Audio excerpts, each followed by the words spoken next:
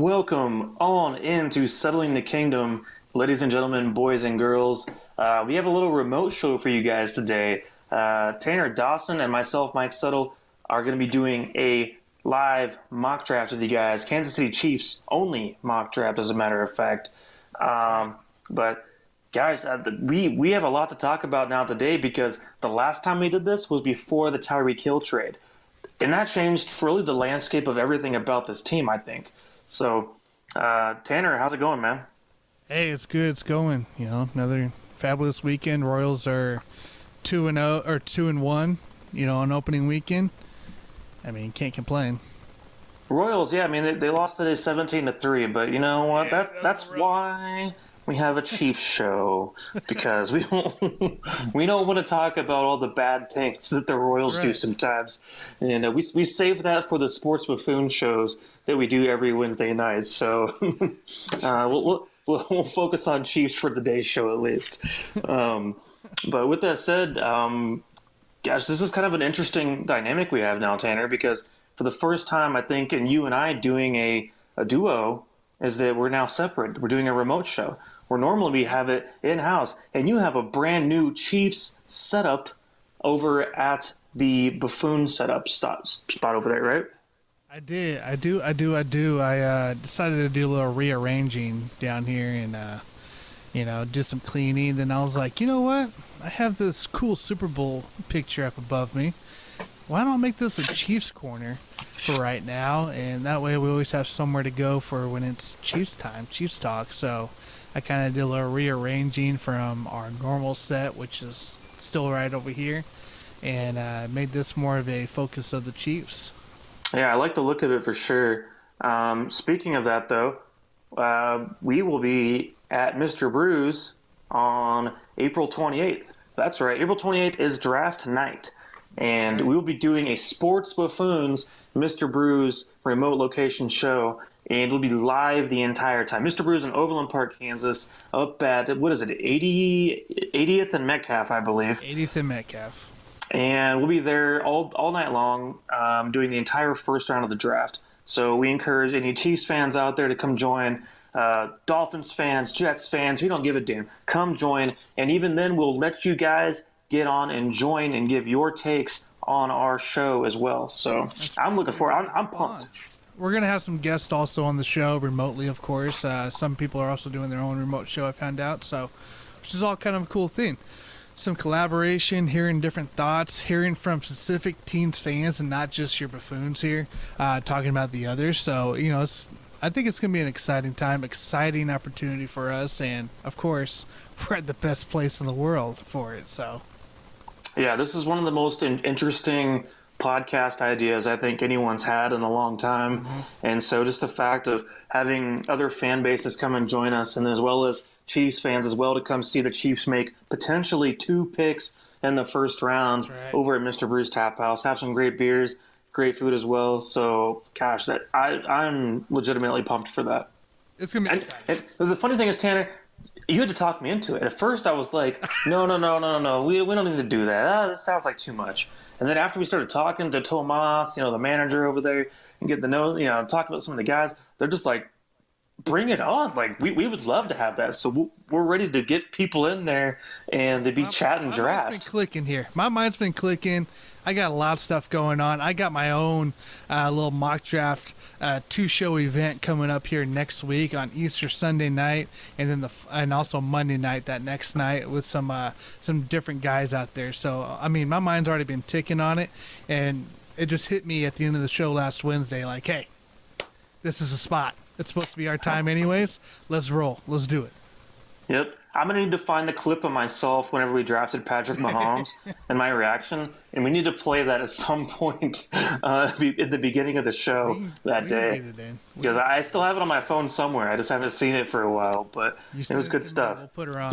You got grabbed on the back of your shoulders like this, and you got shaken like that. And I thought I was legit going to have to go to the ground. So I wanted to tackle you, but we were in a public atmosphere.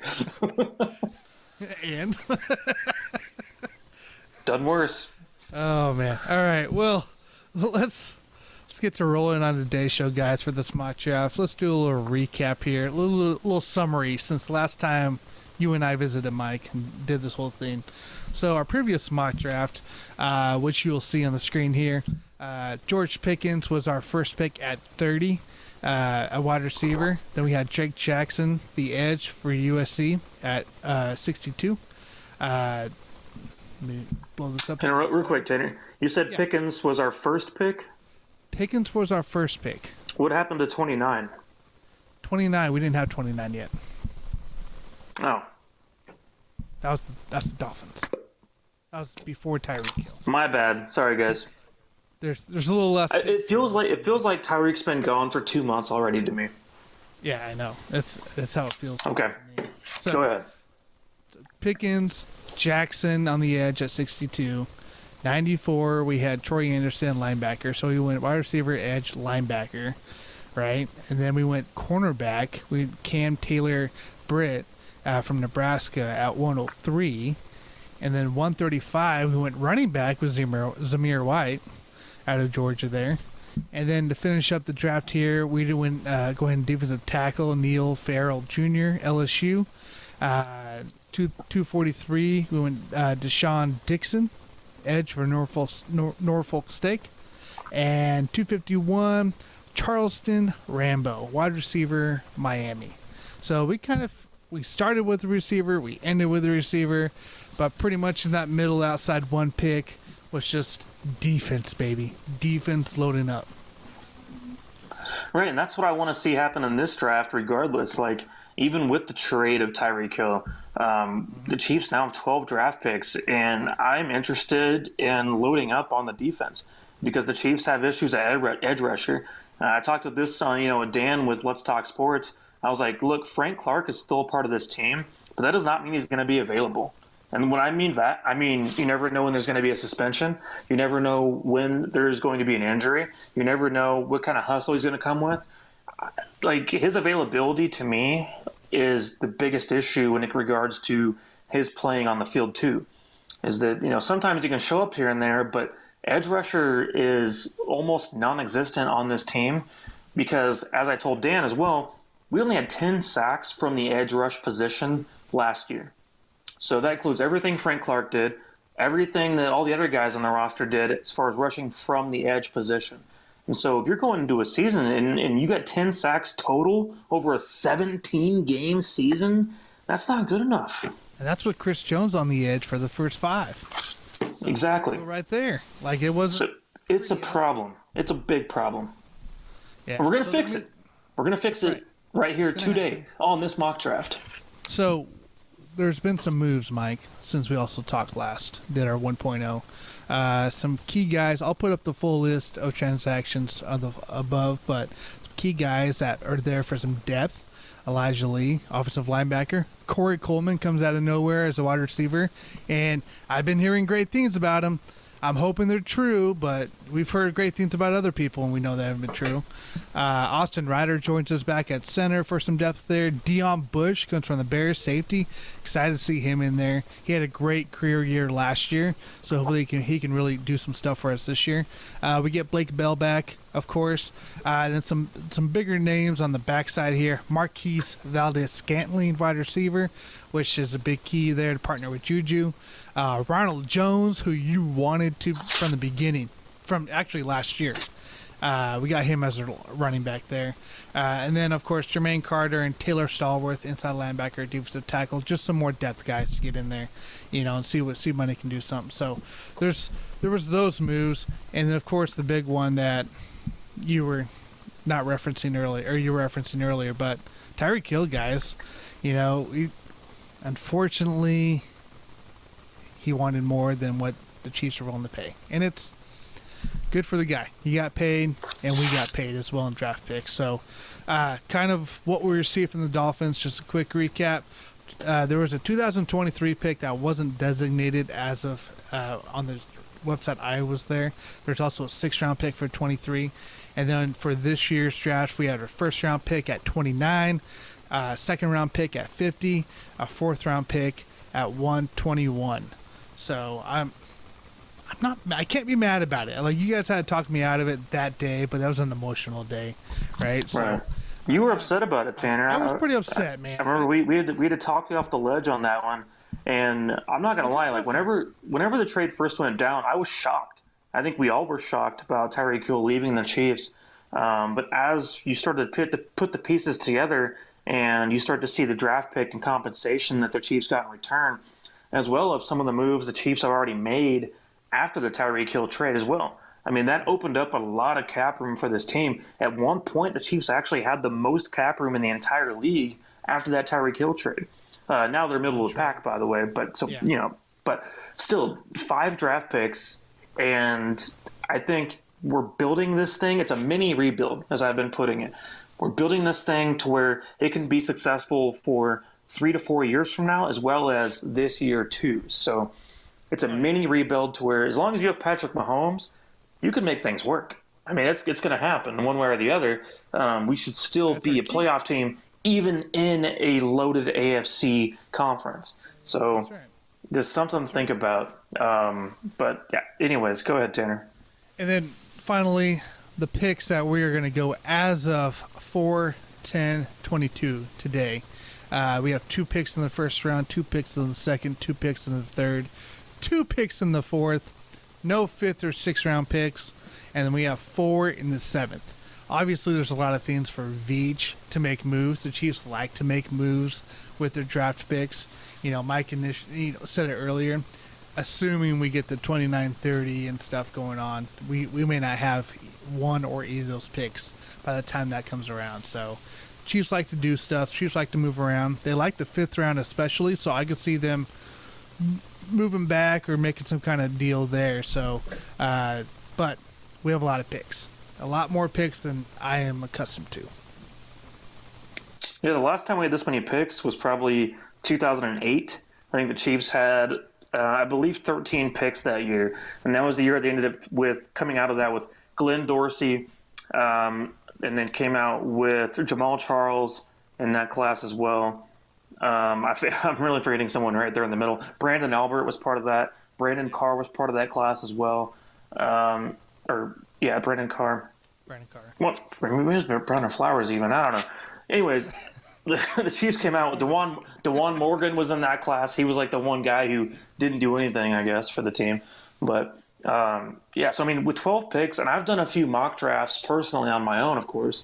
And to me, it's like, man, how can they F this up? Because I look at this whole thing and I'm just like, as many mocks as I've done now, every time I come away like, okay, I'm cool with that. I'm like, okay, I'm cool with that. Like, it seems like no matter what happens here, as long as they don't just make boneheaded choices, then this is going to come away with some really, really great standout players that play from day one on this team. No, they should. And the defense should be stacked. Absolutely. We got to get depth everywhere on this team, of course, but like defensively, there's just opportunities everywhere right now, and especially at edge and corner, linebacker. I mean, there's just tons of spots on this roster right now to fill in and just get good quality players. Oh yeah, big time. It's exciting. It's just exciting time, and especially if we do end up keeping all these draft picks. I mean, it's just gonna be crazy to what potential could come out of those. So, yeah. Well, shall we bring up the mock draft? Let's dig into it. Yeah, I'm excited. So, by the way, those out there listening, I know a lot of people use the Draft Network as their primary mock draft website. This one right here, Tanner, show it again on the screen. This right here, the mock draft database, personally, is my favorite. I love this one because it's more flexible and you can change the settings more easily without needing a subscription. So we prefer this one, I believe, and I've really enjoyed using the NFL mock draft database website for doing all your mocking. Yeah, and it's really easy to set up too and get in here. There's an aggressive mode that I was going to do for us, but I just stuck with the realistic one, so okay. It was recommended. But I'm curious. I'll have to go through it next time on the aggressive just to see how crazy it actually gets. So, but we'll go ahead and we'll start her up here. Who goes first, by the way? Hutch, Thibodeau, or Neil? I'm thinking Hutchinson. That's got to be your guy. Big Hutch. Yep. Yep. You got it. That'd be kind of interesting with Thibodeau to the Lions and MCDC. That'd be crazy. Yeah. I'm curious where Malik Willis ends up actually in this draft. He's a prospect that a lot have talked about, but I don't know what teams have true interest. I would assume Pittsburgh is a team that has true interest in him, and there's a few others, of course, but yeah, of course, Saints should have interest. Elam's off the board, Dotson's off the board now in this mock draft. So we are now left. So Devontae Wyatt as well from Georgia, defensive tackle, off the board for the Chiefs. Yep. So, Tanner, I want you to take me through the best available players, position by position, I would say. I mean, obviously, we don't need a quarterback or running back right now, but anyways, who do we have to pick from? Wideouts here, you got Christian Watson, North Dakota State. It's a riser, yeah. George Pickens and Sky Moore are your top three there in the receiver world. Let's see here. Defensive line. Logan Hall from Houston, DeMarvin Leal, and Travis Jones are your top three there. I do like Travis Jones. Right. On the edge, Ojabo, as we all know with the Achilles issue. Boye Mafe, Minnesota.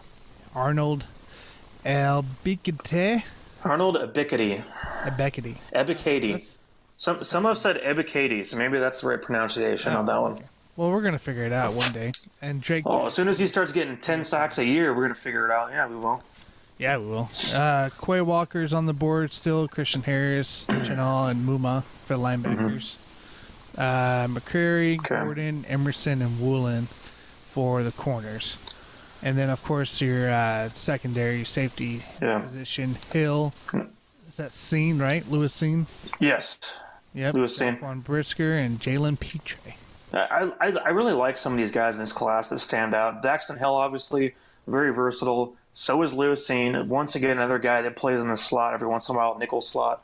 I love those guys, but with the way the Chiefs are designed right now and the additions that they've made currently, I can't really justify taking a safety with our first two picks. Obviously, edge is the priority, Tanner. I think that needs to be the first thing you look at when you look at these mocks, is that who's available on the edge right away. Obviously, I love Jermaine Johnson. He's going to end up being a really good player in this league. He's gone, right? He's off the board. Correct. David Ojabo, he's going to be a guy that won't be ready until probably October to be playing again. And so then you're talking about potentially drafting a guy who might not be, a rookie, drafting a rookie who might not be ready to be even on the field until September or October. And at that point, hope he's acclimated enough to be productive on the field. Where my problem with anyone who wants a Ojabo for their Chiefs is that this guy won't be playing this year at a high level at all. The Chiefs need help now.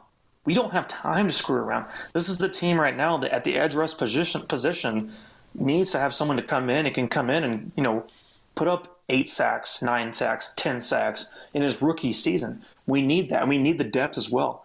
And so, as much as I like David Ojabo, we can't take him at this spot at all. He's not our guy. I think we need to be looking at Boye Mafe as a potential fit. Arnold Ebiketie is a potential fit too, because the dude is pure, straight pass rush fire. I mean, he is, to me, he's essentially very similar to what the Seahawks did with Bruce Irvin, where Bruce Irvin was a pure pass rusher when he was drafted at 15th overall for the Seahawks. Ebiketie is that guy that's going to be coming in right away and become a straight pass rusher off the edge right away, but can he stop the run? Can he play all 3 downs? Remains to be seen. The one guy that I can say right now on this list at edge is Boye Mafe. I think that he can play all 3 downs and would step in right away and still give you, even as a rookie, 8 sacks this coming season. That's my guy. Yeah, and actually some of them, SI actually released theirs about 3 days ago, their latest mock draft, and that's who they have taken, is Boye Mafe. He is turning 24 this December, but I agree with you. You need a guy now. You need a guy there to play. And I'll say this. Had Kair Elam from Florida, the cornerback, fallen to the Chiefs, I would take Elam with this pick currently. just because I think the upside and it's more of a sure thing with Elam than it is with Mafe. Where I think Mafe is going to need to have some work, obviously, from coaching staff to end up becoming and molding into a player, and maybe becomes more of a Tom Bahali kind of a player, where he's got a solid 8-9 year career where he's giving you great production throughout that entire tenure, but he's not necessarily going to be the elite 16, 17 sacks guy that you would normally want to have on your roster. But you still love a guy like a Tom Bahali, and you could still love a guy like a Boye Mafe. All right, so we're going to go ahead and Boye. Yep, I love that pick. Boye with number 20. Cool. All right, so this puts us back at 30 here. Obviously, we should know kind of already down the way here, but here we kind of turn towards the offensive side, I'd imagine. You don't want to wait too much longer because you have the Lions, you have the Jaguars, the Jets, the Texans, and the Giants. All those guys are looking wide receiver at this point, especially in their drafts that didn't draft in the first round. Yep. So, I mean, we obviously, I think you, me, and Mike agree here. I love Pickens. I'd rather not chance him not going. That's the thing, is that you see the Jets. I mean, if you scroll down there once again, Tanner, the Jets have 3 picks coming up. And the Jets need nothing more than to just load up on as many potential weapons as they can get. It's one of those deals. And the Packers, of course, have another pick. But I just mean, like, you don't want to risk losing the upside of what George Pickens can provide to this team. And so for me, and people are curious about George Pickens. They're like, well, why is this guy, on such a rise lately, it seems like, within talking about who's number one priority. And it's because if you go back and watch his tape before the injury, the guy has all the tools. He is AJ Green before AJ Green got old, basically. I mean, he was going to become a top 15 wide receiver selected had he been healthy this past year and not had an ACL injury. And ACLs these days, no big deal, whatever. Pickens is 6'3", 210, runs in the 4.4s, and physical. He's also got some attitude to him, which is something I like to see every once in a while from a receiver. That in a receiver core. And I don't know if you guys have seen the highlight of him just literally just shoving guys back off the line. If you get him pissed off, he will just straight up maul you if you're a cornerback that starts talking smack to him. I just think he adds a different dimension to this team. He adds some nastiness. And we were looking at this roster. We got Marquise, Valdez, Scantling, Juju Smith-Schuster, and then add George Pickens in there along with Mecole Hardman. I think the Pickens can really develop into, honestly, with Patrick Mahomes throwing the ball, a WR1, without a doubt. A top 16 receiver in the entire league if he stays healthy. Yeah, I'm all there for you. I love the depth. I think that's exactly what we need. Also, with Tyreek Hill going out, not sure what Josh Gordon's going to be coming in next year. Yeah, I'm all George Pickens. So we're going good George Pickens. Yeah, I love it. All right, at 30, done. Daxton Hill goes to the Lions. Ajabo to the Jets, which they have the ability to wait.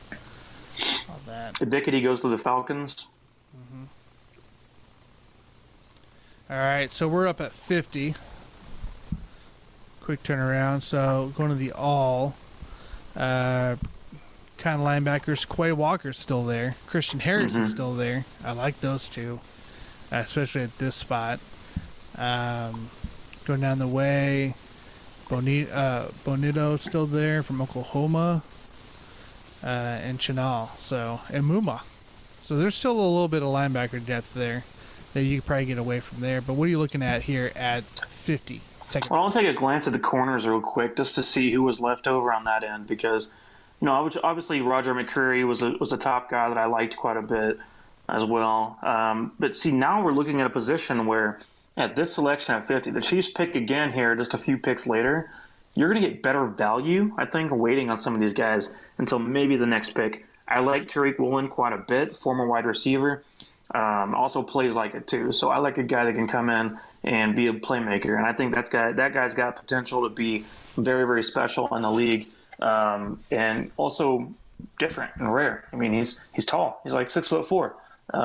But I don't want to take him at pick 50. I think, Tanner, we need to go back and look once again back into your linebackers and your edge or your defensive line as well. So defensive line here: Mathis, Carter, Butler, and Garrett. There's our Neil Farrell, but that was the 7th rounder last time. That was a steal last time, is what it was. Yeah, it was. Now, on this one right here, Tanner, so I think we have a debate right here because I like Kway Walker quite a bit from Georgia, and obviously he's got great value for this. I mean, he would step in right away. The Chiefs' linebacking corps outside of Willie Gay and Nick Bolton are pretty weak. I think Kway Walker would step in right away, become an immediate starter for this team, and play a lot of snaps. Also, at defensive line on the interior, I think that we're looking at Fedarian Mathis would step in from Alabama, who had 9 sacks last year for the team, step in right away and get a lot of playing time as well as help Chris Jones out in the inside because Jerron Reed sucked last year, and Tershawn Wharton is like 275 pounds. I just think the fitting in Mathis, who weighs 315 and still can get penetration, is going to be amazing for this team. I personally, on this pick, as much as I like Kway Walker, would actually take Mathis, the defensive tackle, in this pick because I think you're going to get a really, really great prospect out of this. Whereas linebackers, I feel like you can get good, solid guys in rounds 4 and 5. All right. And remember, we don't have a 5th round. Just remember. All right. So you're cool, Tanner. You're cool with Mathis. I'm cool with Mathis. Yeah. Okay. I was between him and Kway, so Yeah, me too. I'm okay with Mathis on this part.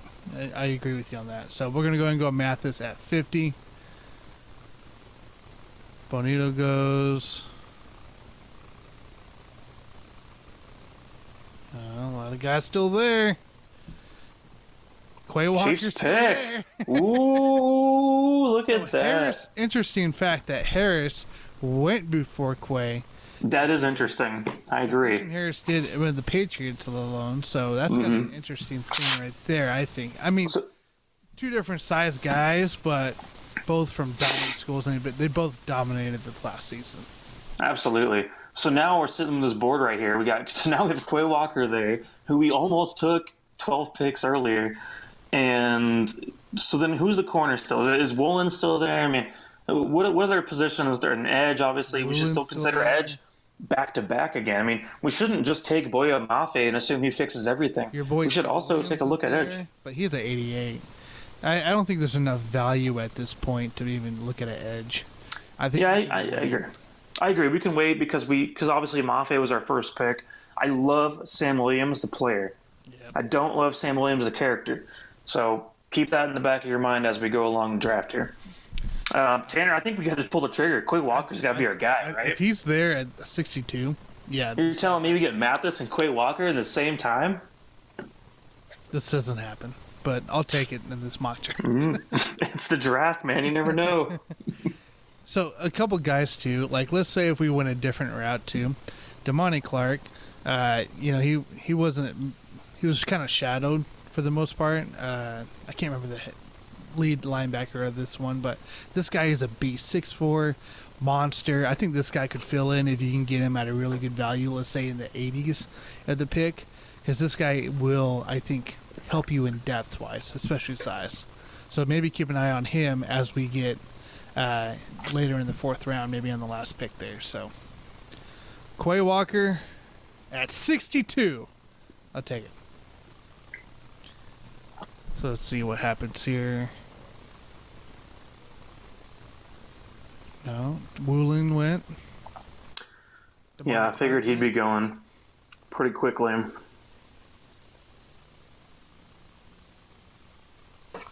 Chiefs pick now at 94 with the next pick. Here's the thing. I don't necessarily believe the Chiefs are going to keep all 12 of these picks. No, there's no way. But then again, if we're going to do mock drafts, we can't just pretend like we know what's going to happen. You know what I mean? We can't pretend like, we know what kind of trade they're going to make and know for which team and get which pick. Like we have to right now work with what we know, and working with what we know. Gosh, I mean, we don't need 4 7th-round picks. I'll put it that way. But I think I really, really like having all these picks in the first 3 rounds, this is a beautiful thing. I mean, we're only in the 3rd round still. That's what I mean. Now we're coming on pick number 6 in the 3rd round, and I feel like we're getting studs. Yeah, and you still got linebackers such as Muma still in the play, which is kind of cool to see. I believe the other guy I was looking at was Beavers with Cincinnati, another kind of bigger guy. So, like, still around. And I know Muma's been a really high-profile player. Well, I'll say this. Had we passed up on Kway Walker, then I would have loved to have taken Muma right there at this pick. Mm-hmm. But now that we have Kway Walker on the team, I'm like, okay, well, what other options do we have? Because I think we still need to not forget about edge or wide receiver either. I think we need to look at both of those things just to get an idea about what we have left to work with. So we got wideouts. Nothing. I don't see anything too major value at this point. I mean, Thornton would be the next guy I would look at, but I wouldn't take him here in the 3rd round. Yeah, there's a couple of guys there that are going to be better off in the 4th or 5th round value. And then, of course, corner hasn't been addressed yet from this team. I mean, McCollum, Davis. I mean, you can't. These guys. Mario Goodrich, by the way, is local to Kansas City, so he would be a guy that would fit in quite well with this team, I think. Something who's been overshadowed, I'll put it that way. Andrew Booth gets all the attention from Clemson and is their top prospect at corner. Whereas, like, if you watch Mario Goodrich, like, the dude is really freaking solid as well. So it's something to keep in mind. I don't think we need to take him, but I think I had him in my the last mock draft I did. I had him at the last 4th round pick I had. So I do like him quite a bit. Yeah. So cornerback, I don't know. Do we look there? Or? I'd look edge again, Tanner. We need to make sure we have depth here. So let's see here. Western Kentucky, D'Angelo Malone, still there. And a lot of these guys are going to be a reach too. I was really hoping Sam Williams would still be there at this point from Ole Miss. That was going to be my guy. Super productive guy. He just got taken, didn't he? Yep, 87. Not too. Yep. Gosh, that was going to be my guy. This is a tough call on this one. This is really a really tough call. So I know we're in. I know we're only in the 3rd round. Running back, James Cook is still there for the running back side. I know it's early. Zamir White's still hanging out there too, for depth wise. But I would look to real quick. Look on your interior offensive lineman for. Let's see who we need to get. Still there. Right, but I don't know if we need that currently. But now that we have Mathis, I don't think he's going to be necessary in this team, though. Real quick, look at your guards. Look at your interior offensive line. And I want to see if someone in particular is there currently, someone who's very versatile. No, Strange. I was looking for Cole. Goodness, this is a rough spot. He went to the Patriots. Here he is. Yeah, Cole Strange. Actually, it makes sense. The Patriots would love a guy like that, so I get it. All right, so some of the all here, so just for the depth in that, from what we need on this team, obviously with Hitchens leaving too, I wouldn't mind going back-to-back linebackers. I know it's kind of weird. At this point, if he's still there at Muma at 94, I would take him at 94. I'll tell you what, Tanner. Based on the rest of the board, because we've sat there and gone through all of the other positions now available, and as far as value goes at this stage of the draft, Chad Muma is probably your best option. I think he is at this point. I think that would really be fine because the Chiefs do need depth at linebacker regardless of adding Kway Walker. So, you know what? I'm cool with this pick. All right, Chad it is. Back-to-back linebackers. 94. I mean, it's 2 steals if this is the case. Back-to-back linebackers. Sometimes you got to do it, okay? And now you feel like that position's solidified, right? Oh, yeah. I don't have to look there again. All right, so what's the last 5 here? Smith. That was my other guy, Brandon Smith, if he would have dropped any further. If we didn't get Chad, would have been the guy. And Beavers. I do like Brian Asamoah just went off the board. Yeah. Former running back, actually, turned linebacker. That guy was going to be kind of a versatile player that could probably play quite a few positions on defense. Yeah. And what do you think tight end? I know Andy Reid likes to draft tight ends, but I don't feel like it's a Look, I don't think tight end's necessarily important in the Chiefs draft this year. If we take one, maybe in the 7th round, that'd be fine. I just feel like, obviously Blake Bell's back with the team. They just took their tight end last year to get some playing time. He's been a slow developer, which most tight ends are. When I say most, I mean most are. It's one of the toughest positions in football to learn other than quarterback. And so I just think that let's give it some time. The Chiefs are not in dire need of getting a tight end. And so, look, there's good value there. I will say that because there is a lot of flexibility with some of the tight ends on the board. But right now, I think cornerback should be the thing we look at right now, Tanner, because do we do corner or do we do depth for Goodrich is still there, Job is still there, Davis is still there. But here's my problem after this selection, Tanner, is that we fall off. 121. Okay, after 121, the Chiefs don't pick again until like the 7th round. And so that's what I'm most scared about is that, we ignore the corners for too long, and then you end up with nobody. We got 135. Last 135 as well. Okay, never mind. My bad. So we're still in the end of the 3rd round here. Okay. So 103. What about the receivers? What about the wide receivers left over? It's Dubes, Jones Jr., and Thornton still. I think Thornton. So same group of guys. Yeah. I wouldn't mind Thornton at some point, but maybe not right away. Safety, McKinley's there. I mean, I guess it's really between these two. It's gonna be. I honestly think it's between Goodrich, Britt, and McKinley. Out of those three, I like Goodrich the most. Yeah. Personally. So, do we want to go? Do we want to? We already stole 2 linebackers. Do we want to go out and get Goodrich at 103? I'm cool with that because I feel like he would have been gone if we wait till 121. Okay. So Goodrich at 103. And then when the cornerback right after that, Davis. Kirby Joseph gone. Yeah, he'd have been gone, I believe. McKinley just went. Okay. So, looking at the all overall, there's still a few tight ends. James Cooks, Damian Pierce is out there still.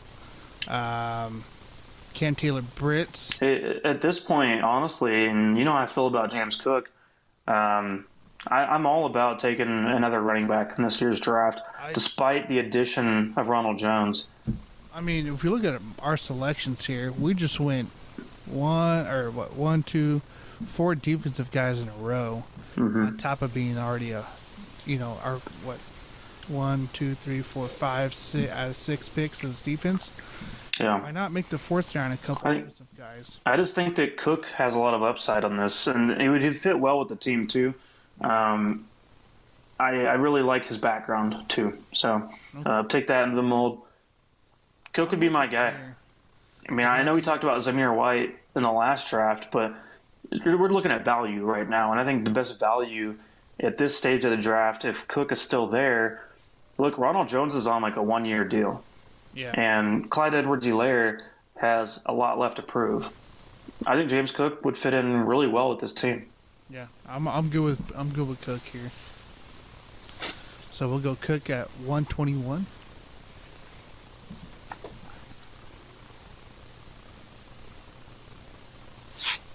See, Cam Taylor Britt went right off after that. Yeah, Farrell Jr. in the middle. Yeah. All right. So kind of last few picks. So 135. This is our last pick until the 7th round. Right. So at this stage, I would look once again, glance at the edge rush position, see who's available before everything drops off. There's a couple of guys in there that I kind of like. Allen, I can get behind. A&M Tyree Johnson, Trey Williams. What are you looking at? This is once again a tough one. I would go more towards Tyreek Smith on this pick. Just to have one more jab at a defensive end. I think this would make sense. If we don't do this kind of move here at this stage in the draft, I think you got to look towards somewhere along the offensive line and add some more depth in that as well. I think that's something that we kind of forget about because we feel like we're secure with what we have after last year's draft class. And we need to not forget that we still need to build on top of that and make sure there's depth there. So, if not going edge here, I would definitely look at the O-line to add either a flexible guard who can play, left guard, right guard, and maybe some right tackle, or look at a project left tackle that could develop here in a few years. Oh, let's see here. Hang on here. I'm looking up something real quick before we go that route. Load computer. Here we go. Alright, so we got Dana, Kendo, Tershon, Noddy, Jones. We got Stallworth now, Saunders in the mix. Frank Clark, and then Jonathan Woodard. So we would already be adding in selections of Boye, and this would be and Mathis into the fold. So do we really want to go edge on this one? Not necessarily. Okay. I wouldn't necessarily want that at this stage. So I just think it's good to always check to see who's available before you make your selection. I still think cornerback's going to be our spot. I think if you can get another guy at the end of the fourth before, you get your drought of picks, I think a guy like McElwright or even Barnes, I'd be up for. Yeah, I like McElwright. I think he would be a good fit for the team without a doubt. Yeah, I think you got to look at corner before you look at anything offensive line. Just with Ryder there, coming into play. You have, of course, Nick Allegretti's still there. You have Prince, Andrew Wiley, who's played guard and tackle. I just feel like there's other guys you could sign off the free agent list to help with our offensive line than waste a guy that could help right away in our cornerbacks. Yeah, take a stab at a cornerback right here. I like Wright from Oregon. I'm going to McElwright. Yeah. So, all right. And Thornton went not too far after that. So now we're getting into the nitty gritty of this. Well, it's going to be a long wait till the Chiefs' next pick here. I'm curious to see what kind of receivers dwindle away that are left remaining as this goes. Let's see. Charleston Rambo might still be there. I wouldn't mind the Chiefs going back on receiver again. Yeah. Even with George Pickens' take, look. I still think you got to go that route in the seventh. I mean, you got three picks for that? Yeah. What'd I say? 3? Yeah, or 4. Yeah, 4 picks in the 7th round. Right. So you got one of the positive receivers. And then the 7th round, I mean, most of these are shots in the dark. Most of these are guys that are either from small schools or hoping that pans out. You're going to maybe develop them. It's going to take some time. Or just fill in the back end of the roster, play special teams. Those are mostly what you're looking for with 7th round picks. And in a lot of cases, probably half of them get cut because undrafted free agents come along and outperform at least a couple of your 7th round picks in this scenario, Yep. All right, so we're on the clock at 2:33 here. Here's your best available: Stearns, Rambo, Deese Jr., Mitchell, Drummond, Monday. Tanner, I would go on this pick. I would go Smoke Monday. I like the name though. Just go. Yeah. I think too, from a safety perspective, have we drafted safety? No safeties yet. I wouldn't mind that at all. Smoke Monday? Yeah, I like him at this pick. I like him. I'd buy that jersey. Smoke Monday. All right, And there we go. 243. Let's grab Rambo at this spot too. Why not? Yep. That 214. Yeah. Or 243 to 214. Yeah, I'd take him.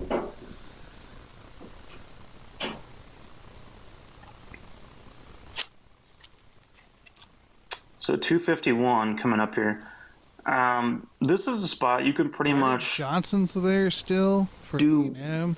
Whatever you'd like. I think here you could go. This is where you could look at your your edge or defensive lines kind of guy. Well, what I did in my mock with Dan actually was if you go to offensive tackles real quick, you might still see a guy over there. Tyler Vrabel, the son of Mike Vrabel, still available. I liked him, the idea of him coming in, maybe developing and seeing where that goes. So Yeah. I just think that's something to consider. Vrabel was my guy I think in a couple of different mocks. Yeah, I think we can get him at 259 in that case. I think here you probably either go corner again, but most likely I would probably just stick with edge and maybe like a Tyree Johnson or even a Trey Williams. You have any preference? Probably more towards the Tyree Johnson. I think it was Trey Williams that ran a 5 flat on the 40. That's just probably not something that you're going to want to work with in the pros. I mean, we all saw how that worked out for Michael Sam. Right, did not go well. So we'll go Tyree Johnson here. And then we'll hit awesome tackle. We'll get Vrabel here at 250. Yeah, I love finishing out with Vrabel as your last pick with offensive tackle. Yeah, it sounds good to me. I mean, look, he's a developmental guy at that stage, right? That's right. At this point here. So let me save it here. So here's our list here. Boye Mafe at 29. Pickens at 30. Mathis at 50. Kway Walker. Chad Muma. Steele at 62 and 94. Then you go Goodrich, 103. James Cook at 121. McKell Wright, 135. Smoke Monday. Charles Rambo, 233, 243. And then Tyree Johnson at 251. Then you finish off with Vrabel, offensive tackle, BC, 259. Yeah, if you look at that list right there, I just think you look at this and you go, like, how do you screw this up? Like, I mean, this is a draft class where you could do a lot of different things and take a lot of different approaches and still make it look good. And this mock draft in particular, like, is fine. It doesn't look spectacular to me. I do like everyone that's been picked on the top 7 picks quite a bit. Yep. I just don't know that you can really go wrong in this class. So even with us giving our opinions on this, and to me, as long as you get George Pickens, then I'm happy. So, but just the fact of adding that much depth to the defense in one draft would be astonishing.